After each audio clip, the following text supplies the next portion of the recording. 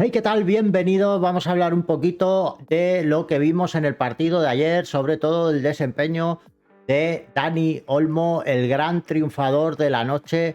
Vamos a hablar un poquito también del tema de Bernal. Se confirman los peores pronósticos. Lesión gravísima, se pierde prácticamente toda la temporada. Lo más normal es que no veamos de nuevo a Marc Bernal jugar con el Barça hasta la temporada que viene. Una pena, es una pérdida enorme futbolísticamente hablando.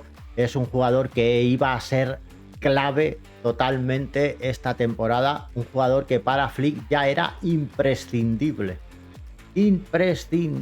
y fundamental en su dibujo táctico. Pero bueno, luego hablaremos un poquito de cómo creo que deberíamos de suplirlo. Ahora vamos a hablar de la parte positiva del encuentro de ayer, que es la entrada de Dani Olmo. En la primera parte salimos con un 11 básicamente igual al que vimos en Montjuïc el otro día, con el único cambio de Gerard Martín, que salió por Balde. Yo creo que este cambio tuvo que ver con algún tipo de problema físico o sobrecarga, algún problema de carácter leve que tendría Balde, alguna molestia, algo de poca importancia que pudo hacer que Flick prefiriera guardar a Balde de entrada. Volvió a repetir Rafinha en la media punta, algo que a mí no me gustó. No me gustó porque es que, bueno, en el análisis que hacía yo anteriormente al partido, ya decía que Rafinha no tenía que jugar aquí, en este campo, porque es un campo muy pequeño, y él no se iba a encontrar cómodo. Y es una cosa que era fácil de prever. No entiendo que Hans Flick se empeñara en poner a Rafinha en esta posición. Desde luego el partido pues fue totalmente distinto a lo que vimos el otro día en Montjuïc. ¿Por qué? Pues muy sencillo, porque el campo es muy pequeño. Ferran Torres corre al espacio, le gusta correr al espacio. Rafinha le gusta correr al espacio. Entonces el otro día el Atlético de Bilbao tenía la línea bastante avanzada. Entonces tanto Ferran Torres como Rafinha podían correr al espacio. Entonces cuando recibía Rafinha podía hacer el pase rápido en profundidad. Vamos a hacer la rayita, ¿vale? El pase en profundidad para Torres. ¿Vale? Podía hacer pase en profundidad para Lamine, que le gusta más al pie, pero también es capaz de correr al espacio. E incluso el mismo Rafinha podía hacer los desmarques en profundidad, corriendo al espacio. Y entonces ahí Rafinha, como tiene posibilidades, se encuentra cómodo. Pero en el partido del Rayo, pues no tiene ningún sentido poner a Rafinha aquí, porque en los espacios reducidos Rafinha no tiene la pausa. No es un hombre que cuando recibe el balón al pie cree peligro. Por lo tanto, para mí fue un grave error de Hans Flick ponerlo de entrada. No solo de entrada, sino ponerlo en esta posición, porque si de entrada pone a Lamine en esta posición, yo creo que hubiera sido otro el partido. Porque Rafinha sigue creando peligro por su banda, sigue teniendo profundidad, sigue siendo un hombre peligroso a tener en cuenta, y sin embargo Lamine Yamal aquí pues tiene esa pausa. Le gusta recibir el balón al pie, y una vez con el balón al pie puede esperar la subida de Pedri, esperar la profundidad de Torres, puede dar tiempo a que suban los laterales. En fin, todas esas cosas que no hace Rafinha, porque no está acostumbrado a jugar de media punta y no tiene esa pausa que sí tuvo luego Olmo cuando salió y que cambió radicalmente el partido. En la segunda parte pues vimos el cambio. Salió Olmo, no salió Rafinha, perdón. Salió Torres y Rafinha pasó a la banda izquierda, que esto era el 11 que deberíamos haber sacado desde el principio. También salió Gerard Martín y salió Balde, que también le dio un poquito de... Pero no fue clave la salida de Balde. La clave fue, sin duda, Dani Olmo. Hay mucha gente hoy que son los mismos que decían que el cromo de Olmo estaba repetido y que Olmo no era necesario. Todos estos del discurso ridículo, esos cromos repetidos que hay en YouTube, que son gente que dice exactamente lo mismo que oyen en otros canales, pues estos hoy estaban diciendo que el cambio que lo cambió todo fue sacar a Ferran Torres. Para nada. Que a Ferran Torres no cambió nada, y si Ferran Torres hubiera jugado con Dani Olmo se hubiera encontrado 1000 veces más cómodo, ¿vale? No tuvo la oportunidad de demostrarlo. Desde luego Ferran Torres no estuvo bien, pero no estuvo bien porque es un hombre que necesita el balón al espacio y no se encontraba bien ahí. Y también necesita combinar, y con Rafinha pues no se combina igual que con Dani Olmo. Cuando salió Dani Olmo el partido cambió brutalmente. Yo creo que la gente va a empezar a ver lo que algunos veníamos diciendo desde hace mucho tiempo. Que es que además es una cosa por lo que no solo yo me mojé, es que yo me super mojé porque eso era una cosa que estaba clarísima. Y que lo dije muy claro y hice, me parece que 2 vídeos al respecto y lo dije muy claro. La gente que está hablando de Olmo no lo ha visto jugar. O ha visto partidos en los que participaba, pero no se ha fijado en él. Porque realmente todo lo que vimos ayer de Olmo es lo normal en Olmo.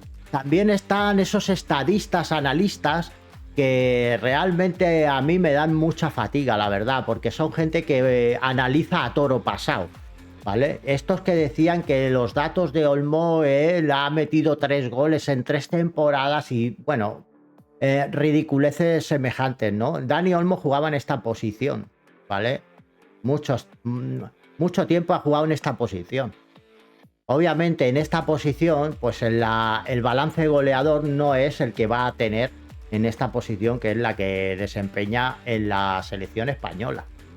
Si tú te vas a las estadísticas, a Transfermarkt, a los que les gustan tanto las estadísticas, pues verás que sus estadísticas con la selección española cambian radicalmente a las que tenía en el Leipzig. ¿Por qué? Pues porque la selección española ocupaba posiciones mucho más ofensivas, o bien de extremo o bien de media punta. Y entonces en esa posición es mucho más goleador y tiene unas estadísticas mucho mejores. Es el jugador que se ha fichado, es el jugador que ha llevado a España a ser campeona de Europa. Y sí, lo repito, es el jugador que ha llevado a España a ser campeona de Europa. Así de claro. Pedri estuvo en la primera parte absolutamente solo. Al tener a Rafinha aquí, que no tocaba bola, Pedri estuvo obviamente muy rodeado por los jugadores del Rayo, estuvo muy rodeado y obviamente se encontró solo, no tenía con quién asociarse. Tenía a Bernal por detrás y tenía a un Rafinha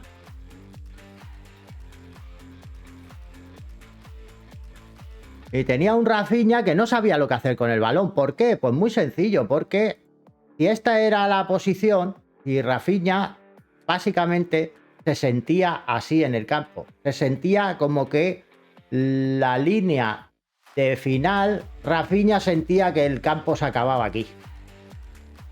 Aquí esto era el campo para Rafinha, ¿vale? Entonces Rafinha aquí no sabe qué hacer con la pelota, no sabe qué hacer, él no es bueno combinando con Pedri y dándole pausa al juego.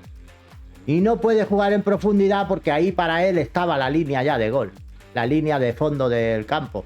Por lo tanto, ahí estaba totalmente perdido y maniatado.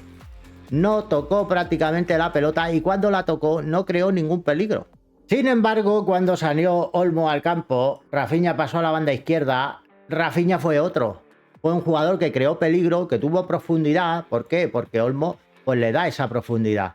Retiene el balón, atrae jugadores, esa capacidad para atraer jugadores, porque Olmo es un jugador tremendamente peligroso, que no se le puede dejar ni un instante solo, porque tiene la portería entre ceja y ceja. Si tú le das aquí a Olmo en este espacio 4 o 5 metros, va a chutar desde cualquier posición a portería, va a regatear, va a crear peligro de verdad. Entonces Olmo va a atraer a los marcadores, y al atraer a los marcadores pues libera a los jugadores de banda, igual que liberó a Pedri, que pareció otro en la segunda parte. No es que en la segunda parte Pedri descubriera cómo tenía que jugar al fútbol, es que en la segunda parte Olmo se lleva a la gran mayoría de gente que estaba toda pendiente de Pedri, y entre los dos empiezan a dar un recital, porque los dos hablan el mismo lenguaje, que es el lenguaje del toque.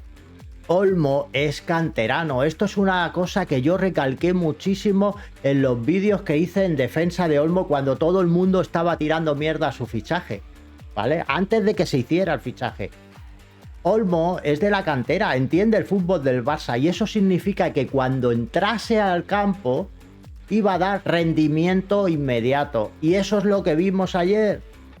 rendimiento inmediato. Salió al campo y parece que llevará toda la vida jugando. ¿Por qué? Pues porque se pasó 7 años jugando en el Barça y sabe perfectamente cómo se mueve Pedri y cómo se mueve la gente que juega en el Barça, aunque Pedri no era de la cantera cuando estaba Olmo, pero hablan el mismo lenguaje. Pedri, coincidiremos todos en que parece criado en la Masía, por eso se le fichó. Y Dani Olmo con Pedri se entiende perfectamente. Esta es una de las cosas que también, una de las grandes tonterías que repiten mucho los tonto Twitter, ¿no?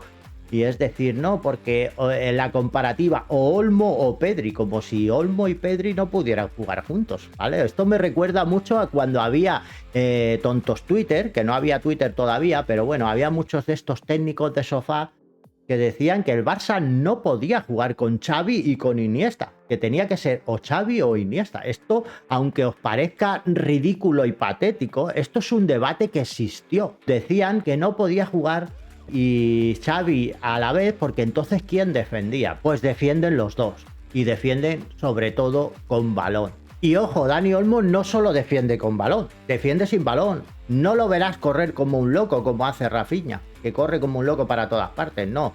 Él es un hombre que entiende el posicionamiento y que sabe dónde tiene que ponerse para cortar balones. De hecho, ayer cortó un par de balones, me parece.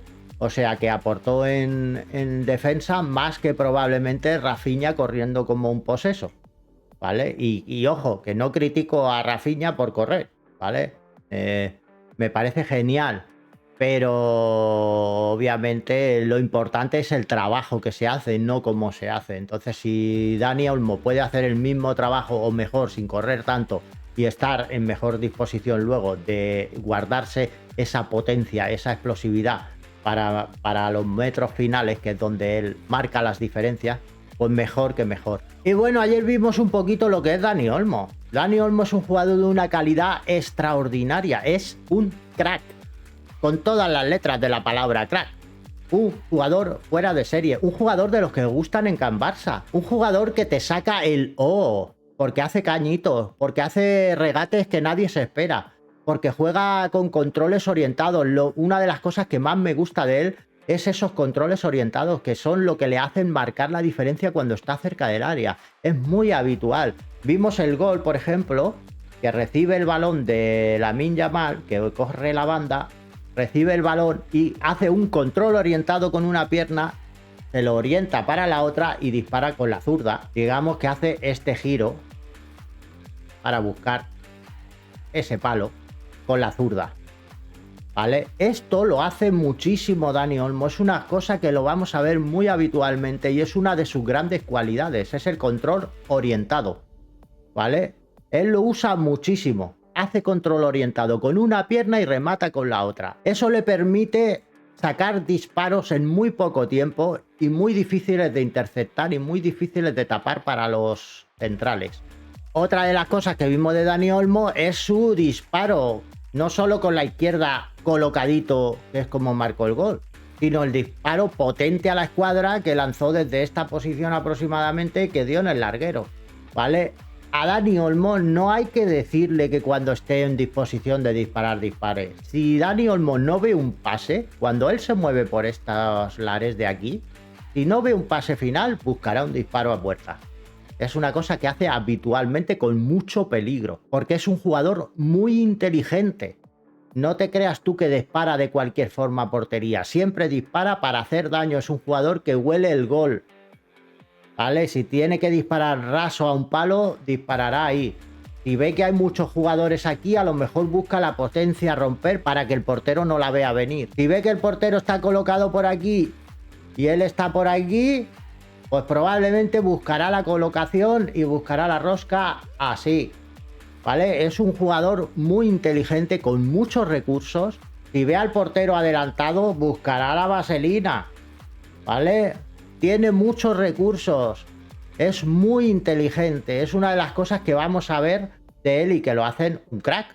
Es lo que marca la diferencia entre un jugador normal que es bueno y lo que es un crack. También quería decir que a mí me hubiera gustado más que al entrar Olmo ocupe esta posición y Pedri se vaya a la otra banda. ¿Por qué? Porque Pedri siempre está mirando de dar el balón. Es muy raro que Pedri llegue a esta posición y piense en chutar. La mayoría de las veces él va a buscar un compañero. Ayer marcó y marcó su golito y pensó en portería y es maravilloso. A veces lo hace, ojo. Pero no es su reacción natural. Es lo que le dice el entrenador que tiene que hacer. Por favor, chuta más, busca el tiro desde fuera y tal. Pero como no es su reacción natural, lo ideal sería que Olmo ocupe la posición más por la izquierda. ¿Por qué? Porque Olmo sí que va a buscar siempre el disparo. Entonces, desde esta posición está mejor para su pierna diestra, que aunque dispara muy bien con las dos, obviamente la diestra es mucho más peligrosa. Por lo tanto, yo pondría siempre que juegue Dani Olmo de media punta, y como Rafinha es zurdo y va a tender a buscar la banda, va a tener él aquí más espacio para moverse. Yo lo pondría siempre partiendo desde la izquierda y a Pedri partiendo desde la derecha. Y Pedri aquí jugará genial, y cuando llega a fondo, Pedri lo que hará es buscar a Lewandowski, que es lo que suele hacer.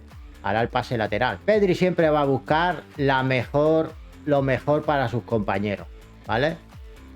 Entonces Olmo aquí partiendo desde esta banda va a tener muchas mejores posibilidades para chutar. Y en fin, eso es Dani Olmo, un jugador sensacional que nos va a traer muchísimas alegrías, que va a hacer mucho mejor a sus compañeros, tanto a Pedri como a Rafinha, Lamine, y si juega Ferran Torres también le va a venir muy bien Dani Olmo, porque es un jugador que sabe asociarse, se va a asociar con Lamine, se va a asociar con Rafinha, va a filtrar pases verticales hacia Lewandowski, va a disparar a portería, va a traer marcas. Todo eso te lo proporciona Dani Olmo. Es una pieza fundamental en el ataque, un cromo que no teníamos. El que te haya dicho que era un cromo repetido no tiene ni puta idea de lo que está hablando. Así de claro lo digo, ni puta idea de lo que estás hablando, amigo. Sin tirar ningún hate a Gundogan, que me parecía un jugador extraordinario, pero Gundogan es mucho más parecido a Pedri que a Olmo. Gundogan es un jugador que arriesga menos el balón, es un jugador que protege más. Olmo es un jugador mucho más vertical, un jugador con un instinto mucho más goleador, un jugador mucho más joven que Gundogan. Hemos ganado muchísimo con el cambio, y repito, no es tirar hate a Gundogan, es que la pieza que tú tienes encaje mejor o peor en el juego que tú quieres hacer. Y para el juego que quiere hacer Hans Flick, Dani Olmo le da 50.000 patadas a Gundogan, le da 50.000 patadas a Pedri incluso. Obviamente, si pones a Pedri en esta posición de aquí, que también puede jugar Dani Olmo, para mí Pedri le da 50.000 patadas a Olmo en esta posición, para lo que el Barça quiere jugar. Entonces es muy inteligente poner a Pedri en esta posición de control, de pase seguro, de no pérdida de balón, y en esa posición donde tú puedes arriesgar un poquito más el pase, pones a Dani Olmo, que hace un pase no tan seguro, más peligroso, más pensando en el gol, pero que también tiene esa capacidad de, cuando está por aquí, proteger el balón con el cuerpo. Es muy inteligente, tiene regate y es capaz de aguantar la presión del rival para abrir a Pedri, abrir a Rafinha, abrir a Lamine o incluso marcharse él. Ya veréis la cantidad de controles orientados que hace para superar línea cuando los defensores le hacen una presión demasiado agresiva. Él ve por el rabillo del ojo que le vienen por detrás y, tal como coge el balón, hace controles orientados para cualquiera de los lados y deja atrás las líneas. Se lo hizo muchísimo a Kimmich, por ejemplo, en el España-Alemania. Lo destruyó con los controles orientados. Dani Olmo es fantasía pura, un fichaje ideal. Un acierto total. No sé si ha sido Deco, no sé si ha sido Laporta, no sé si ha sido Hans Flick, pero han acertado de pleno. Y los que han estado hablando de este fichaje, hoy están muchos de ellos recogiendo cables, diciendo, no, si yo dije que era muy bueno. No, tú dijiste que no valía los 60 millones que pone en Transfermarkt.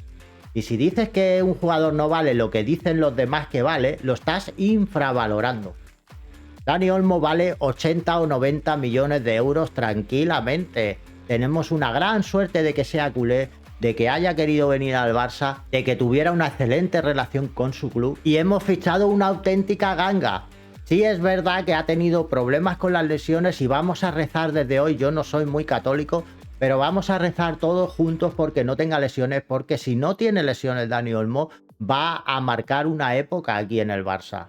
Respecto al tema Bernal, simplemente el cambio que yo haría ahora mismo, obviamente, es Casado, es el cambio natural. Es el cambio natural. Yo creo que Hans Flick, obviamente, no lo ve igual. Yo no veo igual a Casado que Bernal.